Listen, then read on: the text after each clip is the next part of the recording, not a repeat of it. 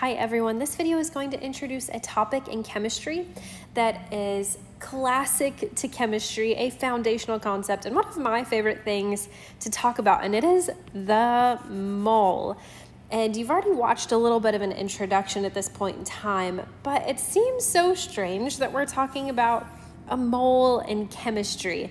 But it's sort of like when you talk about pi in math class, you're not actually talking about pi, and we're not actually talking about a mole.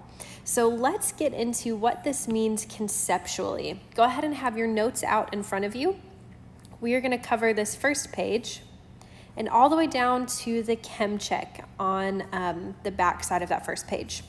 So let's jump in and talk about what exactly a mole is conceptually speaking. So you guys already know certain quantities. For example, a dozen is 12. Or a pair would be 2. And you might know like a baker's dozen is 13 or something like that. So when you hear a word, a certain number comes to mind. And that's what's going to start to happen with the mole too. And we'll talk about what that number is in just a second. In order to help understand the mole, there's a question here. Is a dozen of pencils the same size as a dozen of basketballs? And you might be wondering, why does this help me understand what a mole is? And we'll talk about that on the Venn diagram. If you're thinking about a dozen of pencils being the same size as a dozen of basketballs, why or why not? Are they the same? Well, yes and no. Yes, they are the same because it's both a dozen, so they both mean 12.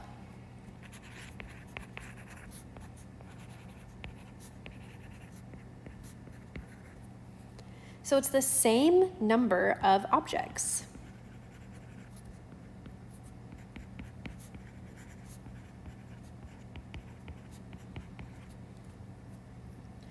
But they are different because if you had a dozen of pencils sitting next to a dozen of basketballs, your dozen of pencils would barely take up any space, but a dozen of basketball takes up a lot of space.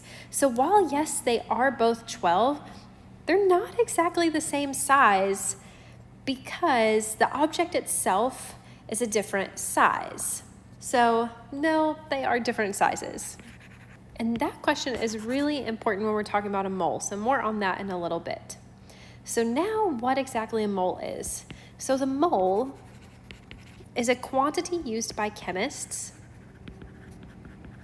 and it just helps a chemist count really small things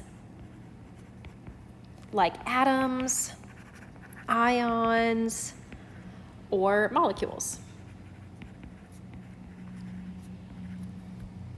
And these three things, atoms, ions, or molecules, we just call these three things particles. Sometimes you might also hear representative particle, but just know when you hear particle, we're talking about an atom, ion, or a molecule.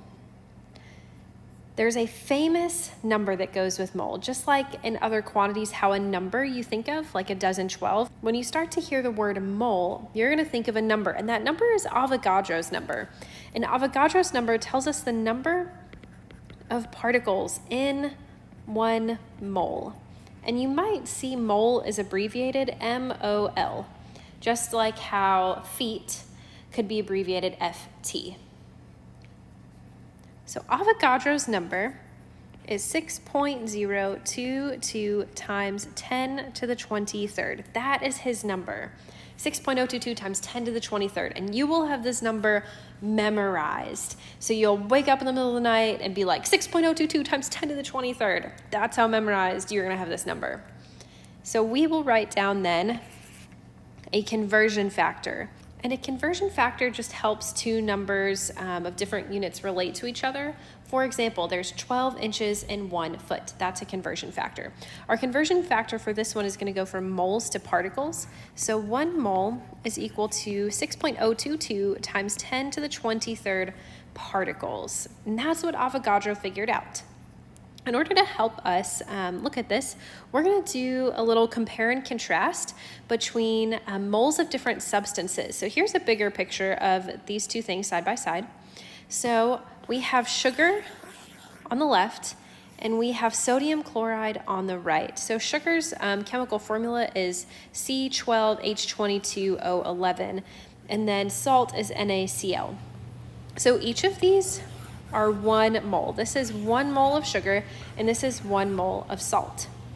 So we know, based on the fact that each is 1 mole, that inside here there's 6.022 times 10 to the 23rd particles of sugar in there, and there's 6.022 times 10 to the 23rd particles of salt in there. So they're both the same number, however, they just look a little bit different. So just like how when you had a dozen of pencils compared to a dozen of basketballs, they looked a little bit different, that's sort of like what's happening here too. So we can see that even though these are both 1 mole, they don't look exactly the same. And it's just like how when we compared a dozen of pencils to a dozen of basketballs, because the object itself is a different size, it takes up more or less space when you count them. So sugar is C12H22O11, that's sucrose, that's table sugar, and then salt is NaCl. So this molecule is a lot larger than salt, and salt is a lot smaller. Because of that, it's kind of like you're comparing your basketballs to the pencils. The object itself takes up more or less space, so when you count it, it takes up more or less space. So now that we know this, let's fill out our Venn diagram. On the left side of our Venn diagram, we're gonna have sugar, and on the right side, we're gonna have salt. Let's write down some differences about each and then some similarities. So a difference about each is what it's made up of. Sugar is made up of C12H22O11, and salt was NaCl. We know this one is the larger chemical, and we can tell that by how many subscripts there are. There's a lot more atoms in this chemical formula than the other one. And salt is a smaller chemical. Because this one is a larger chemical, we know that it takes up more space, which means we notice that the bag is more full. And for this one, our bag is less full. In fact, for each of these bags, if we took the mass of the content inside them, we would notice that the bag of sugar, well, just the sugar, not the bag too, is 342 grams, and that is 1 mole of sugar, and 1 mole of salt is 58 grams. And you're thinking, how can that be? That's so strange that 1 mole of each is a different mass. It just has to do with the size of what you're comparing, like the pencils to basketballs. So let's talk about some similarities now. A similarity is that they're both 1 mole. And because they're both 1 mole, we know how many particles are in there, and each one contains 6.022 times 10 to the 23rd particles in each. Next, I want you to take a second and I want you to pause the video and I want you to answer this question. In your own words or drawing, if you're more visual, explain what a mole is. So what is a mole? Take a second, pause the video, and answer this in your own words.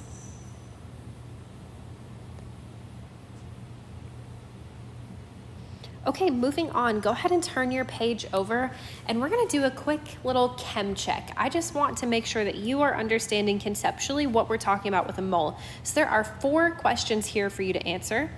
Pause the video, answer each of these 4 questions, and then play the video and I'll go over the answers. So go ahead and pause the video, check in, make sure you're understanding.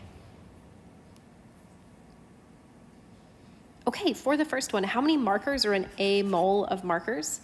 Well, if it's 1 mole, we know that 1 mole is equal to 6.022 times 10 to the 23rd. So that means in a mole of markers, we have 6.022 times 10 to the 23rd markers, which is a lot of markers. Number 2, how many markers then would be in 2 moles of markers? Well, if this is equal to 1, then what we have to do is multiply this number by 2. And so our answer is 1.204 times 10 to the 24th markers. Number 3, if there are 6.022 times 10 to the 23rd atoms of iron in an iron bar, how many moles is this iron bar? Well, this is the number for 1 mole, so how many moles? It would just be 1 mole of iron.